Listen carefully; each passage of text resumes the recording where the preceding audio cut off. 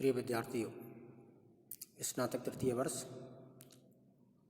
हिंदी साहित्य प्रथम प्रश्न पत्र आधुनिक काव्य की पहली इकाई काव्यांश में संकलित दूसरे कवि मैथिली शरण गुप्त के काव्यांश का हम अध्ययन कर रहे थे। कल तक हमने साकेत के नवम सर्ग से 3 छंदों का अध्ययन कर चुके हैं, जिसमें पहला छंद था जिसमें उर्मिला वर्षा ऋतु के बादलों का आह्वान करती है और वर्षा ऋतु के बादलों में अपने प्रियतम लक्ष्मण की प्रतिमूर्ति देखती है। वहीं दूसरे छंद में शरद ऋतु के आगमन पर भी जो प्राकृतिक जो सौंदर्य है उसमें भी वो सारा प्रभाव अपने प्रियतम के द्वारा बताती हैं। तीसरा जो छंद था उसमें निरख नदी की धारा को देखने के लिए अपनी सखी से सहेली से कहती हैं और नदी में जो परिवर्तन उनको दिखाई दे रहे हैं, जो विशेषताएं दिखाई दे रही हैं, उन विशेषताओं का वर्णन करती हैं। आज उसी छंद को आगे बढ़ाते हुए देखते हैं। आप स्क्रीन पर देखें साकेत के काव्यांश का जो चयनित जो काव्यांश है उसका अगला अंश, उसकी व्याख्या आप स्क्रीन पर देखें। यहाँ पर आप देखें, हमने कल सखी निरख नदी की धारा इसका पहला जो पड़ाव है पूरा किया। उससे आगे पढ़ें। लोल लहरियाँ डोल रही हैं, भ्रू विलास रस घोल रही हैं, इंगित ही में बोल रही हैं, मुखरित कूल किनारा सखी निरख नदी की धारा। अब पाया वह सागर, चली जा रही आप उजागर, कब तक आवेंगे निज नागर, अवधि दूत का द्वारा सखी निरख नदी की धारा। मेरी छाती दलक रही है, मानस सफरी फलक रही है, आगे नहीं सहारा सखी निरख नदी की धारा। ये छंद, इसमें विरह विदग्ध उर्मिला नदी की धारा को देख करके अपनी सखी को संबोधित करते हुए कहती है कि हे सखी, इस नदी की धारा को देख। क्या हो रहा है नदी की धारा में? कल हमने पढ़ा था कि ऐसा लग रहा है जैसे किसी का आंचल फहरा रहा हो, उछल उछल करके, थल थल करके, कल कल करके, ऐसा लगता है जैसे पारे को बिखराती हुई जा रही है। उसी संदर्भ में आगे उर्मिला कहती है कि हे सखी, ऐसा लगता है इस नदी की धारा को देख करके तुम देखो तो सही, लोल लहरियाँ डोल रही हैं। लोल चंचल, लहरियाँ यानी लहर, डोल रही हैं यानी चल रही हैं, बह रही हैं। देखिए ये जो चंचल लहरें जो उठ रही हैं, ये जो चंचल लहरें जल में दिखाई दे रही हैं, नदी में दिखाई दे रही हैं। इन चंचल लहरों को देख करके ऐसा लगता है सखी, भ्रू विलास रस घोल रही हैं। भ्रू कहते हैं तिरछी नजर को, विलास कहते हैं आनंद को। ऐसा लगता है जैसे एक शब्द में कहें तो इसको कहते हैं कटाक्ष, तिरछी नजर, कटाक्ष। ऐसा लग रहा है इन लहरों को देख करके, इन लहरों को उठती हुई देख करके, इन लहरों को लहराती हुई देख करके ऐसे लगता है जैसे भ्रू विलास रस घोल रही हैं, जैसे अपने कटाक्षों का आनंद घोल रही हैं। देखने में बड़ा ही सुंदर लग रहा है, नेत्रों को भी बड़ा सुंदर लग रहा है। ऐसे लग रहा है ये उनकी तिरछी नज़रों का, जब लहरें उठती हैं तो उनकी तुलना तिरछी नज़रों से की गई है। ऐसे लगता है जैसे ये कटाक्ष हैं। कटाक्ष, तिरछी नज़र से देखने का जो आनंद है वो अनोखा आनंद होता है। ऐसा लग रहा है कि ये चंचल लहरें तिरछी नज़र का यानी कटाक्ष का आनंद घोल रही हैं, बिखरा रही हैं। और ऐसा लगता है इंगित ही में बोल रही हैं। इंगित कहते हैं इशारे को। ऐसा लग रहा है कि ये लहरें उठती हुई, लहराती हुई, ऐसे लग रहा है जैसे इशारे ही इशारों में किसी से बात कर रही हैं। इंगित ही में बोल रही हैं का मतलब क्या है, भाव क्या है कि ये जैसे इशारे ही इशारे में किसी से बातें कर रही हैं। हे सखी, ऐसा लगता है। और मुखरित कूल किनारा, लहरी नहीं, लहर तो बातें कर रही हैं। मुखरित कहते हैं बोलना, उच्चारण करना, बताना, कहना, यानी मुख से कुछ आवाज आना। किसकी? कूल, किनारा। जो नदी का जो तट है वो भी मुखरित है। मुखरित कैसे है? ऐसे लग रहा है जैसे लहरें इशारों में कुछ बातें कर रही हैं और उसका प्रति उत्तर यानी जवाब कौन दे रहा है? किनारा दे रहा है, इसलिए किनारा भी बोलता हुआ दिखाई दे रहा है। दूसरा भाव इसका ये भी हो सकता है कि जब लहरें उठ रही हैं तो नदी के किनारे पर पक्षियों का कलरव सुनाई दे रहा है। पक्षी बोलते हैं तो ऐसा लगता है जैसे लहरें कुछ कह रही हैं और पक्षी का जवाब दे रहे हैं, अर्थात दोनों आपस में वार्तालाप कर रहे हैं। अब देखिए ये सारी की सारी प्राकृतिक चीज़ें हैं, लेकिन इनको मानवीय क्रिया करते हुए दिखाया है। मैं बार बार कहता हूँ जब कोई प्राकृतिक वस्तुओं का मानव की तरह स्वभाव दिखाया जाए वहाँ पर मानवीय अलंकार होता है। तो यहाँ पर ऐसा लग रहा है जैसे लहरें कुछ इशारों में बातें कर रही हैं और किनारा उसका जवाब दे रहा है, या किनारे के जो पक्षी हैं वो जो लहरों से कुछ बातें कर रहे हैं। सखी निरख नदी की धारा, हे सखी इस नदी की धारा को देख। आगे पढ़ें। पाया अब पाया वह सागर, चली जा रही आप उजागर। नदी के बहाव को देख करके, उठती हुई लहरों को देख करके उर्मिला बेचैन हो उठती है। कहती है सखी तू देख तो सही नदी की धारा को, इन नदी की लहरों को देख। ऐसा लगता है पाया अब पाया वह सागर, ये अपने प्रियतम सागर से मिलने के लिए जा रही है और अब वो सागर इसको मिलने वाला है। इसका प्रियतम सागर अब नदी को मिलने वाला ही है। पाया अब पाया वह सागर। अब यहाँ भी आप देखें, यह नदी और सागर दोनों को कैसा चित्रित किया है? जैसे कोई प्रेमी प्रेम का हो। पाया अब पाया वह सागर, हे सखी देख अब इसको इसका प्रियतम सागर मिलने वाला ही है। चली जा रही आप उजागर, और उससे मिलने के लिए उजागर स्पष्ट रूप से चौड़े में दिन दहाड़े उजागर, चली जा रही आप उजागर, और ये उनसे मिलने के लिए उतावली होकर के चली जा रही है, अर्थात अपने प्रियतम से मिलने के लिए जा रही है। उर्मिला बेचैन उठती है। ऐसा लगता है जैसे ये नदी अपने प्रियतम से जाकर के अब बस मिलने ही वाली है, लेकिन मैं क्या करूं, मेरे प्रियतम का तो कुछ अता पता ही नहीं। आगे कहती हैं कब तक आवेंगे निज नागर, निज यानी स्वयं के, नागर यानी प्रियतम, लेकिन मेरे प्रियतम कब आएंगे इसका कुछ अता पता नहीं है। मेरे प्रियतम लक्ष्मण मुझे कब मिलेंगे, मैं उनसे कब मिलूंगी, इसका कुछ अता पता नहीं है, उनका कोई समाचार ही नहीं है। आगे लिखती हैं अवधि दूत का द्वारा, अवधि कहते हैं समय, दूती का यानी दूती, द्वारा यानी मेरे प्रियतम की, भाव क्या है कि मेरे प्रियतम की अवधि रूपी दूती के द्वारा तो पता ही नहीं, कोई समाचार ही नहीं है कि मेरे प्रियतम मुझे कब मिलेंगे, अर्थात मेरे प्रियतम के मिलने का समय तो कोई निश्चित ही नहीं है कि वो कब लौटेंगे।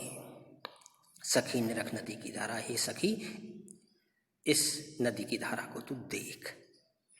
आगे उर्मिला कहती है मेरी छाती दलक रही है, मानस सफरी ललक रही है, लोचन सीमा छलक रही है, आगे नहीं सहारा नदी, सखी निरख नदी की धारा। क्या कहती है उर्मिला आगे कि इस नदी को इस तरह से उतावलेपन से अपने प्रियतम के लिए मिलने जाते हुए देख करके, हे सखी मेरी छाती दलक रही है, मेरा जो सीना है फटा ही जा रहा है, अर्थात मैं बेचैन हो रही हूँ। भाव क्या है, मेरी बेचैनी बढ़ती ही जा रही है, मेरा सीना फटा जा रहा है कि देखो ये तो मिलने के लिए जा रही है और अब मिलने ही वाली है अपने प्रियतम से, लेकिन मेरे प्रियतम का कुछ अता पता नहीं है, और इसीलिए मानस सफरी ललक रही है। सफरी कहते हैं मछली को, मानस यानी मन, मन रूपी मछली। कौन सा अलंकार हो गया? रूपक अलंकार। मानस सफरी ललक रही है, जिस तरह से कोई मछली पानी से बाहर आ जाए तो उसका जीवन कौन है? पानी, तो वो पानी से मिलने के लिए लपकती है, ललचाती है, बेचैन होती है, वैसे ही उर्मिला की मन रूपी मछली का पानी कौन है? प्रियतम लक्ष्मण। उर्मिला का मन मछली है, लेकिन उनका प्रियतम जल है, प्रियतम का प्रेम जल है। तो क्या कहती है? मानस सफरी ललक रही है, मेरी छाती दलक रही है। इस नदी को इस तरह से अपने प्रियतम सागर से मिलते हुए जाते हुए देखते हुई मेरी छाती में जलन हो रही है, सीना फटा जा रहा है और मेरे मन रूपी जो मछली है वो ललक रही है अपने प्रियतम से मिलने के लिए, और लोचन सीमा छलक रही है। आंखों की भी एक सीमा होती है, लोचन कहते हैं नेत्र, सीमा। आंखों की एक सीमा होती है, आंसुओं को अपने अंदर ही रोक करके रखते हैं, लेकिन जब आंसू ज़्यादा बढ़ते हैं तो सीमा से बाहर हो जाते हैं। तो वही उर्मिला कहती है लोचन सीमा छलक रही है। अब तो इतनी बेचैन हो गई हूँ मैं, मेरा मन उनसे मिलने के लिए लालायत हो रहा है, और मेरे नेत्रों ने भी, नेत्रों के जो आंसू हैं ना, उन्होंने भी अपनी सीमा छोड़ दी है। अर्थात मेरे नेत्रों से जो आंसू हैं प्रेम के, मिलन के, पीड़ा के, कष्ट के, वियोग के, वो अब बाहर निकल रहे हैं, अर्थात छलक रहे हैं। इसलिए कहा है लोचन सीमा छलक रही है। मेरे नेत्रों की जो सीमा है वो भी अब टूट चुकी है, अर्थात आंसू आंखों से बाहर निकल चुके हैं, क्योंकि आगे नहीं सहारा, मुझे अभी तो आगे तक कोई सहारा ही नहीं दिखाई देता। अर्थात ये पता ही नहीं है कि मेरे प्रियतम मुझे मिलेंगे कि नहीं मिलेंगे, मिलेंगे तो कब मिलेंगे। इसलिए मैं बिना सहारे के, मेरे को कोई सहारा ही दिखाई नहीं दे रहा है, उनके मिलन की कोई उम्मीद ही नहीं जग रही है। इसलिए सखी निरख नदी की धारा, हे सखी इस नदी की धारा को देख। तो यहाँ पर पूरे ही छंद में प्रकृति की नदी और सागर को मानवीय क्रियाओं की तरह करते हुए दिखाया है, यानी नदी और सागर को एक प्रेमिका के रूप में चित्रित किया है। इसलिए यहाँ पूरे छंद में मानवीय करण अलंकार है। और आगे ये जो है आपका साकेत के जो है छंद ये खत्म हो चुके हैं। अब जो छंद हैं वो आप देखें, यशोधरा इनकी एक कृति है, उसके छंद लगा रखे हैं। यशोदा के बारे में थोड़ा सा परिचय दे रखा है, आप स्क्रीन पर देख लें। यशोधरा जो काव्य है उसमें क्या चित्रण किया है, हम पहले भी इनके व्यक्तित्व में, कृतित्व में पढ़ चुके हैं कि इन्होंने उपेक्षित नारी पात्रों का चित्रण किया है। उपेक्षित नारी पात्रों की जो महत्ता है, उनका जो स्वाभिमान है, उनका चित्रण गुप्त जी ने किया है। तो यशोधरा में क्या चित्रण है वो आप देख लें। ये यशोधरा मैथिली शरण गुप्त का अत्यंत मार्मिक काव्य, जिसमें उन्होंने उपेक्षिता यशोधरा के चरित्र को गरिमा प्रदान की है। जिस तरह से उर्मिला भी एक उपेक्षित पात्र थी, नारी पात्र थी, वैसे ही यशोधरा भी उपेक्षित नारी पात्र है, जिसकी उनके पति ने उपेक्षा की। सिद्धार्थ जीवन की निरर्थकता से दुखी होकर निर्वाण प्राप्ति के लिए घर छोड़कर चले जाते हैं। सिद्धार्थ कौन है? सिद्धार्थ यशोधरा के पति हैं। जब उनको लगा, जीवन की निरर्थकता का मतलब है जब उनको लगा इस जीवन का ध्येय कुछ और ही है, इस जीवन का उद्देश्य कुछ और ही है, इसलिए वो जीवन को निरर्थक मान करके, उससे दुखी हो करके निर्वाण प्राप्ति के लिए घर छोड़कर चले जाते हैं। निर्वाण कहते हैं मोक्ष को, मोक्ष प्राप्ति के लिए घर छोड़ करके चले जाते हैं। अपनी पत्नी यशोधरा और पुत्र राहुल दोनों को सोता हुआ छोड़ करके रात को ही निकल जाते हैं। लेकिन जब सुबह होती है, भोर होने पर जब यशोधरा को इसका पता चलता है, भोर कहते हैं सुबह को, सुबह होने पर जब यशोधरा को पता चलता है तो वह आत्मग्लानि से भर जाती है। आत्मग्लानि कहते हैं शर्मिंदगी, कुंठा, पीड़ा, उसको आत्मग्लानि होती है और वो पश्चाताप करती है। इन अंशों में यशोधरा का पश्चाताप उच्च आदर्श चित्रित हुआ है। यहाँ जो अंश आपके काव्यांश जो लगाया हुआ है, इसमें यशोधरा का यही पश्चाताप और उच्च आदर्श चित्रित किया है कवि ने। आपकी बात समझ में आ गई होगी। यशोधरा एक पात्र है, उनके पति उनको छोड़ करके चले जाते हैं। सिद्धार्थ क्यों चले जाते हैं? क्योंकि वो जीवन को निरर्थक मानते हैं। वो मानते हैं जीवन का जो उद्देश्य है, जीवन जो हमें मिला है, वो सिर्फ गृहस्थ आश्रम में रह करके जीने के लिए नहीं मिला है। जीवन का जो उद्देश्य है, जीवन का जो मकसद है, वो है मोक्ष की प्राप्ति करना। इसलिए वो गृहस्थ आश्रम को छोड़ करके, अपनी पत्नी को छोड़ करके, अपने पुत्र को छोड़ करके रात में ही मोक्ष प्राप्ति के लिए निकल जाते हैं। और जब यशोधरा को इस बात का पता चलता है तो वो बड़ी दुखी होती है, बड़ी परेशान होती है, बड़ी पश्चाताप करती है। ये दुख, ये आत्मग्लानि और ये पश्चाताप ही इन काव्यांशों में यहाँ कवि ने चित्रित किया है। तो यहाँ पर हम इन काव्यांशों को पढ़ेंगे और काव्यांशों को पढ़ने के बाद हम उसकी व्याख्या देखेंगे। दोनों ही जो हैं, जो ये व्याख्याएं हैं अब तक जो हमने पढ़ी थी वो साकेत के नवम सर्ग से थी। साकेत में जो पात्र थी वो उर्मिला थी और उनके पति लक्ष्मण थे। वहाँ भी वो पति के द्वारा त्याग दी गई थी। त्यागने का मतलब है पति अपने भाई के साथ वनवास चले गए थे और उर्मिला वहाँ अकेली रह गई थी, इसलिए वहाँ पर उर्मिला भी उपेक्षित पात्र हैं। यहाँ यशोधरा उपेक्षित पात्र है क्योंकि यहाँ उनके पति छोड़ करके चले गए हैं। क्यों छोड़ करके चले गए हैं? क्यों वो जीवन को निरर्थक मान रहे थे और वो ये मान रहे थे जीवन का उद्देश्य मोक्ष प्राप्ति है, इसलिए वो मोक्ष प्राप्ति के लिए वन में चले जाते हैं, ज्ञान प्राप्त करने के लिए, सिद्धि प्राप्त करने के लिए। तो यहाँ जब वो चले जाते हैं और बता करके नहीं जाते हैं अपनी पत्नी को, तो यहाँ पर जो उनकी जो पत्नी है वो उनके इस तरह से रात को चुपके से जाने को उचित नहीं मानती है। वो ये कहती हैं यदि उनको जाना ही था, ज्ञान प्राप्त करना ही था, तो कम से कम वो मुझसे कह करके जाते, अपना ध्येय बताते, क्योंकि एक पत्नी के लिए पति ही सब कुछ होता है।